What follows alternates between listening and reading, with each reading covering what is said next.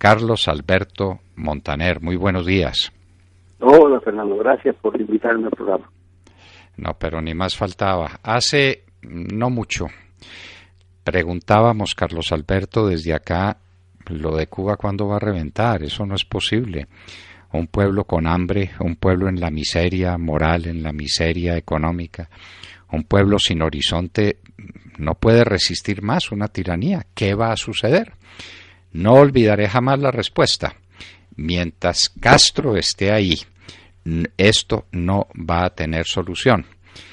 ¿Castro es Fidel o Castro es también Raúl?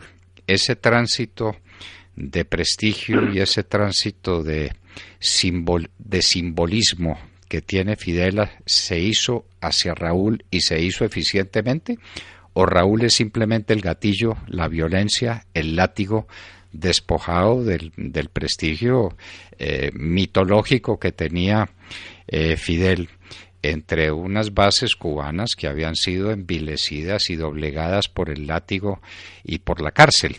Pero ¿qué se sigue para Cuba ahora sin Fidel Castro, Carlos Alberto?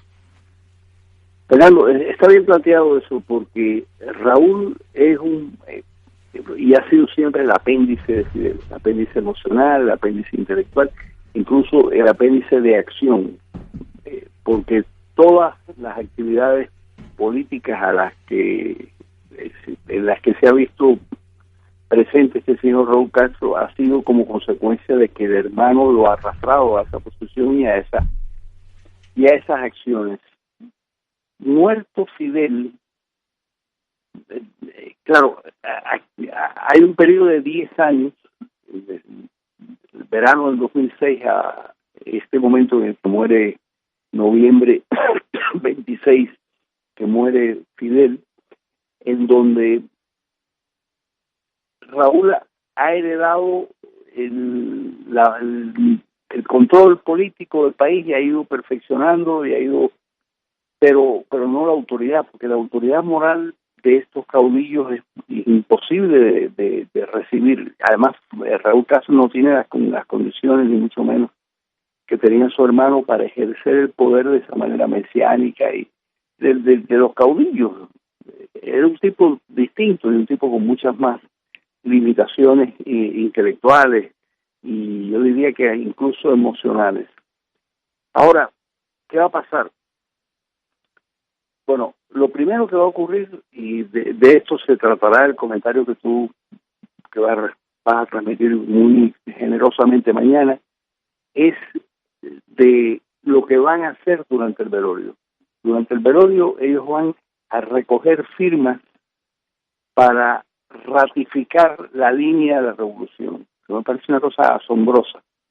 Es decir, no contentos con los candados constitucionales que pusieron en el año 2000, en el año 2001, en el año 2002, vuelven a hacerlo ahora, pero eso a mí me revela también, Fernando, que hay una especie de temor a los elementos reformistas dentro del sistema, porque no se puede tratar el temor no es a los disidentes que están controlados por la contrainteligencia cubana, sino el temor es hacia las personas dentro del aparato de poder que, como ocurrió en todo el bloque del Este, como ocurrió en la Unión Soviética, están pidiendo reformas importantes. Entonces, la forma de contrarrestar esas reformas es pedirles a los cubanos que firmen una especie de ratificación de la línea ortodoxa del régimen y eso lo van a hacer ahora.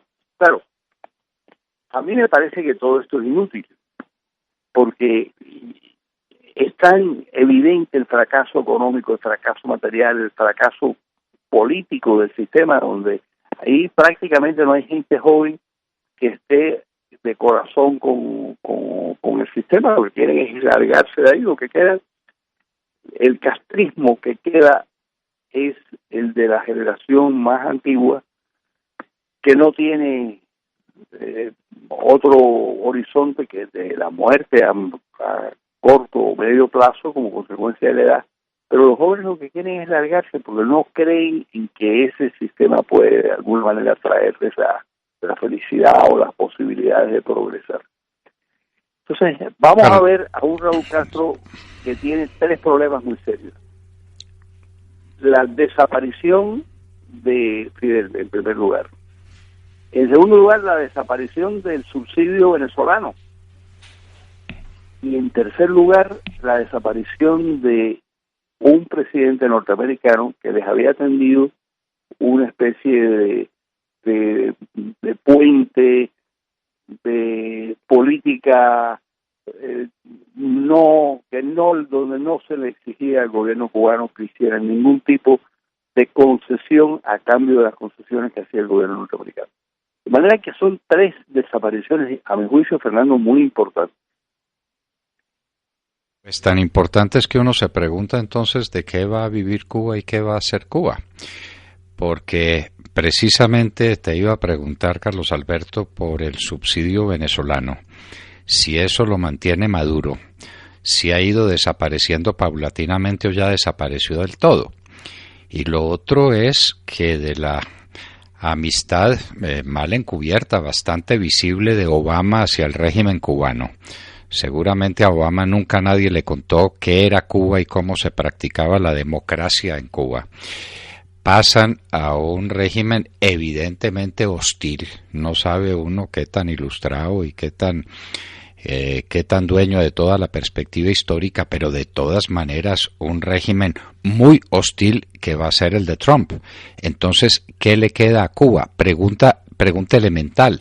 ¿De qué va a vivir un país que vivía de unas fuentes de turismo empujadas ahora desde los Estados Unidos y empujadas desde Europa, desde España, para un turismo pues de la naturaleza que conocemos, con un fondo sexual muy evidente, y de un subsidio venezolano? Entonces, ¿ahora qué se sigue? Pero lo que se va a seguir, y sin duda ya estamos en eso, es una reducción del consumo semejante a la que ocurrió cuando desapareció el subsidio soviético, que se contrajo la capacidad de consumo de los cubanos, que era bastante baja en 1991, entre el 91 y el 93 se redujo un 50% como consecuencia de la falta de subsidio soviético. Como es un régimen, como es un sistema tan improductivo, lo que vamos a ver es una repetición de ese fenómeno, una reducción terrible de la capacidad de consumo, porque no producen. ¿Qué producen ellos? Producen exilados que mandan remesas, producen médicos y personal sanitario que generan en el exterior las divisas y los recursos que no producen en el interior del país. Generan turismo, que es lo mismo, es decir, es personas que han hecho ciertos ahorros en el exterior por su trabajo y que van a Cuba a gastarse. Pero dentro del país la producción es mínima y va a ser un verdadero desastre. Ahora, ¿cuánto tiempo se puede mantener eso?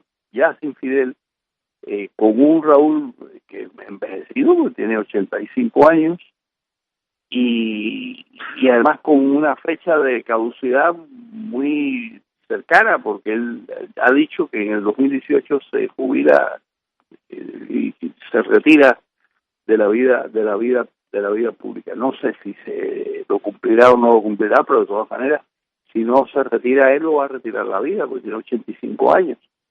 Y por muy longevos que sean los Castros, tienen dificultades.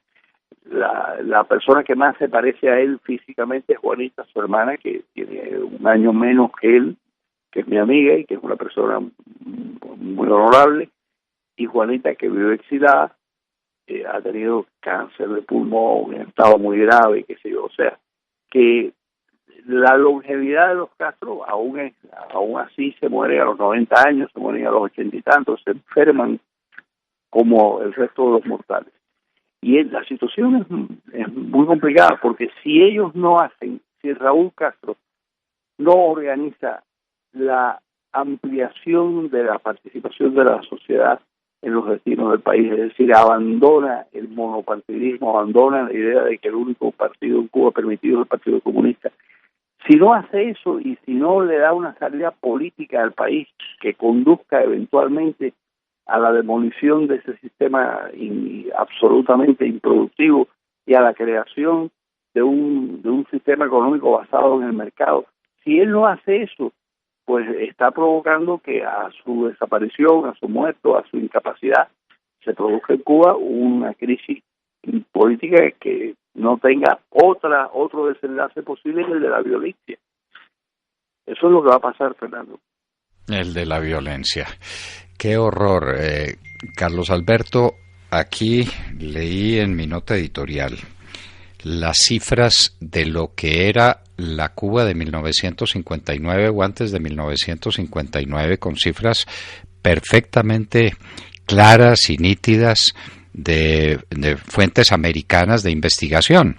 Era en todo el tercero o el segundo país de toda América, incluyendo a los Estados Unidos y Canadá, en indicadores sociales, en indicadores económicos. Por ejemplo, en mortalidad infantil, era el país que la tenía en menor grado en toda América, inclusive por encima de los Estados Unidos.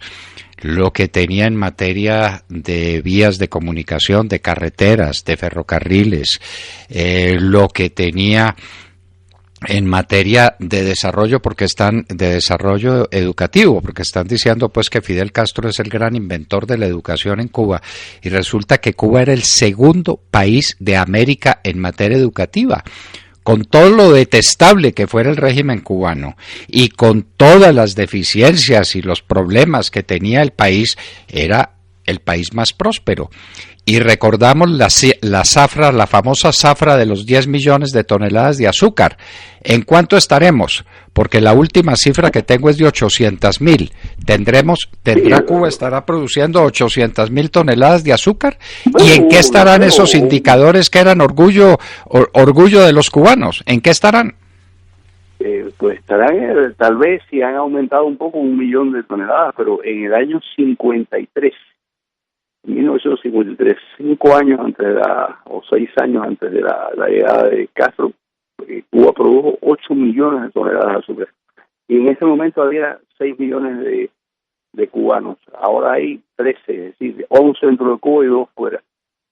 Y con 6 millones de cubanos produjeron 8 millones de toneladas de azúcar y ahora pues 1 millón de toneladas. En fin, es una cosa realmente desastrosa. Y hay algunos datos muy interesantes que no suelen traerse a la discusión. Por ejemplo, el salario agrícola que en Cuba era de los más altos del mundo. En ese momento eran $3 o $4 al día, que parece muy poco, hoy, pero en aquel momento era más alto que el de Italia, más alto que el de España, más alto que el de prácticamente... Era el cuarto o quinto salario agrícola más alto del mundo. Y en los salarios industriales era el octavo. No sé si eran $8 diarios o algo así. Era el octavo salario industrial de aquel momento. Entonces, este señor Castro lo destruyó todo. La revolución socialista, el comunismo destruyó todo lo que eran los fundamentos de la economía y dispersó a la clase empresarial, la echó del país. Hizo todas las estupideces que se pueden hacer para destruir la economía de un país. Y bueno, a pesar de eso, consiguió sostenerse en el poder con la ayuda de la contrainteligencia durante 57 años hasta que se murió. Hay un dato interesante de la contrainteligencia cubana que siempre me gusta contarlo porque es muy revelador. ¿Cómo se sostienen esos regímenes? ¿Cómo se sostiene Corea del Norte? ¿Cómo se sostuvo hasta un momento la Alemania Oriental? Básicamente por la labor de la contrainteligencia. La fórmula del Stasi, que era la más eficiente de las policías políticas del mundo comunista, quizás porque eran alemanes, los alemanes son eficientes en todo, incluyendo en la represión. Bueno, la fórmula de ellos era el 0.5% de la población. En Cuba eso significa que entre 55 y 60,000 personas forman parte de ese ejército secreto de policía secreta, de policía política, que no tiene rostro, que prácticamente no tiene, sedes conocidas, y sin embargo funciona y funciona para arrojar a la población cubana. Le pregunté a un agente que se había formado en la KGB y en el Stasi, y un agente cubano, y luego había desertado, que tenía una cantidad de información tremenda. Lo conocí hace relativamente poco tiempo, ya está instalado en el exilio, qué sé yo. Le digo, ¿y cómo llegaron los alemanes orientales, cómo llegaron al 0.5%, a esa fórmula represiva? Y me dijo una cosa que a mí me pareció asombrosa. Contó que él había hecho la misma pregunta en Alemania. Le habían dicho que el punto de partida era la cantidad de perros de presa que podían custodiar un rebaño de ovejas. Yo no sé si eso es verdad, pero me parece un dato asombroso. Es decir, que el 0.5% de los perros de presa hace falta un perro por cada 200 ovejas para controlarlo. Bueno, si es cierto o no lo sé, pero es un dato que él me dio, y a mí me impresionó mucho porque realmente con 55 o 60 mil personas son capaces de subyugar a una sociedad y obligarla a obedecer y obligarla a repetir consignas y obligarla a todo. Es decir, es una policía política muy eficiente, Fernando. Una policía política extraordinariamente eficiente. He leído con pasión lo que ha salido de tu pluma y lo que has dicho con respecto a la muerte de este tirano, de este déspota que nos dejó, de Fidel Castro. Y para serte franco, te he notado muy tímido en lo que respecta a Colombia. Castro es el culpable directo de gran parte de la violencia que hemos padecido. Es verdad, Desde el 9 de abril... Desde el 9 de abril de 1948, cuando vino a sabotear la conferencia panamericana asesinando a Gaitán. Sobre eso no cabe la menor duda. Y eso nos costó, dicen los violentólogos colombianos, porque esa es una nueva especie del zoológico académico, dicen los violentólogos que eso produjo 300.000 muertos en Colombia. Y después es el hombre que ha armado a las FARC, al ELN, al EPL, al M-19 y armó a los bandoleros iniciales que siguieron a la caída del general Rojas Pinilla. Sangre Negra, Chispas, Desquite, Pedro Brincos, todos esos salvajes que fueron después derrotados por el presidente Guillermo León Valencia. Todo eso viene de Cuba, todas esas armas, todo ese entrenamiento, todo ese fanatismo. Me parece que eso efectivamente es así como dices, porque los vínculos, es decir, la gran vocación de Castro, yo creo que la descubrió en Colombia. Es decir, en Colombia, lo que fue el episodio tremendo de la muerte de Gaitán y lo que fue el Bogotazo, ahí el olor de la sangre lo alertó y lo alentó para siempre, porque a partir de ahí hay una especie de creciendo en sus actividades violentas, y cuando él cuenta lo que, por supuesto, no lo cuenta todo, porque él no es idiota, ¿no? O no era idiota. Cuando él cuenta o contó lo que hizo en Colombia, entonces dice exactamente lo contrario. Dice que se había dado cuenta del horror. No se había dado cuenta del horror. Participó en el horror y eso despertó su ferocidad. Y no dudo nada de que eso que estás contando tú, de que él, no sé, que sí tuvo una ayuda muy directa en la creación de los helenos y en el sostenimiento de la FARC. Y en esos frentes particulares que tú has mencionado, yo no dudo nada que lo haya dirigido, porque los vínculos del gobierno cubano por la dirección de Fidel Castro con todos esos grupos fue una cosa universal.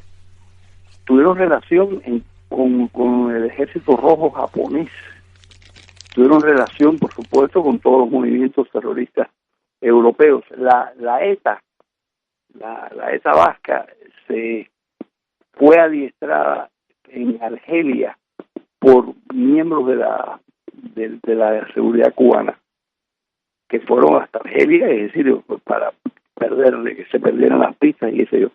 Además, como era el español era la lengua de comunicación, fueron ellos los que los adiestraron. En Venezuela desembarcaron cubanos, Ochoa, que luego fue un general fusilado por el gobierno cubano en el año 89, desembarcó en Venezuela, y como de la misma manera que hicieron la revolución y tomaron el poder, ayudaron de una manera sustancial a tomar el poder en Nicaragua y casi lo tomaron en El Salvador. Ahora hay un hombre muy cercano a ellos en la presidencia de El Salvador. De manera que sí, ha sido la vocación permanente del gobierno cubano y de Fidel Castro ha sido la de un revolucionario internacionalista dedicado a combatir en todas partes. Yo le pregunté a él, se llamaba el guerrillero nicaragüense, que conocía mucho Cuba. Bueno, le pregunté cómo él, se me ha olvidado el ¿Pastora? ¿Perdón? ¿Edén Pastora? No recuerdo ahora exactamente, pero bueno, le pregunté cuál era el estado de la revolución cubana y qué era exactamente. Y me dijo una frase que no se me olvida. Me dijo, bueno, la revolución cubana y luego la sandinista eran nidos de ametrallador en movimiento, porque eso era lo que sentía Fidel Castro, un nido de ametrallador en movimiento. Más allá de la ideología, que por supuesto la ideología era la ideología comunista y era crear sociedades calcadas del modelo soviético, pero esa era la coartada ideológica para hacer lo que a él le gustaba, que era subvertir el orden violentamente y utilizar todos los recursos del Estado cubano para hacer eso y para conquistar el planeta. Es una cosa de locos, pero es así como se veía él, y lamentando todos los días haber nacido en una pequeña isla azucarera del Caribe, porque si hubiera sido brasilero o incluso si hubiera sido colombiano o venezolano, si hubiera tenido más posibilidades, los destrozos hubieran sido mucho mayores. Bueno, los destrozos mucho mayores. Y una última pregunta que tiene relación con algo que dijiste al comienzo. ¿Se ha venido acabando o se acabó de todo el subsidio venezolano? Porque eso era cosa de miles de millones de dólares por año. Sí. ¿Qué hay de ese subsidio venezolano? Porque pues me imagino que ya Venezuela no le está mandando petróleo gratuitamente a Cuba. Pero le está mandando petróleo todavía, pero menos, mucho menos, pero le está mandando todavía. Todavía le manda petróleo. Sí, le manda petróleo, pero aún así no le manda petróleo para la subsistencia y el funcionamiento del gobierno cubano, pero una parte sustancial del petróleo que antes le mandaba, y el subsidio, como tú muy bien dices, llegó a ser de 13.000 millones de dólares al año, el doble de lo que le dio la Unión Soviética. En su momento que más recursos le daba. Al desaparecer la cuota extra de petróleo, desaparece la Cuba que exportaba petróleo. Era el colmo. Cuba era un país exportador de petróleo como consecuencia del subsidio, cosa que ya empezó a hacer hace muchos años cuando los soviéticos también les daban 13 millones de toneladas de petróleo al año, que era mucho petróleo. Así que la situación es muy grave desde el punto de vista económico, y lo predecible, Fernando, es que el subsidio venezolano desaparezca del todo. Es decir, que lo mantengan mucho más tiempo no es posible. Yo sé que lo redujeron muy sustancialmente o desapareció totalmente de Nicaragua, y Nicaragua recibía mucho menos cantidad porque era un país mucho más pequeño y tenía unas relaciones distintas con Cuba. Pero el último punto donde el último país al que Venezuela dejará de subsidiar es a Cuba, precisamente por los servicios que Cuba le presta además, como fuente de inspiración, como respaldo a Maduro. El único respaldo que tiene Nicolás Maduro, el único respaldo real es el apoyo de la inteligencia cubana, porque no tiene el respaldo del ejército, no es un hombre que proviene del ejército, el partido político no existe, el chavismo es una asociación dedicada al delito, de manera que ¿qué es lo que respalda a Nicolás Maduro? La presencia cubana, los informes de la inteligencia cubana, y eso es muy importante para Maduro, y mientras pueda pasarle algún subsidio al gobierno cubano, aún a costa de que los venezolanos pasen hambre y ocurra lo que tenga que ocurrir dentro del país, lo va a seguir haciendo. Muy bien, Carlos Alberto Montaner, esta es una conversación que tiene que prolongarse en el tiempo, porque esto es un proceso histórico, el proceso de la decadencia final del régimen cubano. Creímos que venía con la caída del muro de Berlín, pero no. Se le apareció Chávez, se le apareció Venezuela dándole semejantes cantidades de dinero y ha podido mantener ese adefesio político, moral, económico durante más tiempo, para desgracia del pueblo cubano. Pero esto continúa, ¿no, Carlos Alberto? Claro, yo me temo que sí, y lo que espero algún día hacer ese programa contigo sobre cómo fue la liberación de Cuba y cómo se recuperó la libertad en el país. Esperemos que no demore demasiado, porque en fin, pronto serán 60 años, imagínate tú. Qué horror, qué horror. Un gobierno que dure 60 años ya es una cosa inmoral, porque no se trata se trata de la misma gente que tomó el poder en el año 59, y ahí están. Qué horror. Carlos Alberto Montaner, muchísimas gracias por acompañarnos y esperamos tener muy próximamente ese programa, La Liberación de Cuba, y lo que eso significa para el continente, para el mundo, y para la reivindicación de unas ideas que no pueden morir, porque no pueden morir. La libertad está por encima de cualquier consideración, y los pueblos sumisos y los pueblos esclavizados terminan algún día por respirar aires de libertad. Carlos Alberto, muchísimas gracias, un abrazo muy estrecho. Gracias, Fernando. Carlos Alberto Montaner, el más importante de los intelectuales cubanos en el exilio y en cualquier parte, estaba con nosotros en La Hora de la Verdad. Son ya las 8 de la mañana, 9 minutos.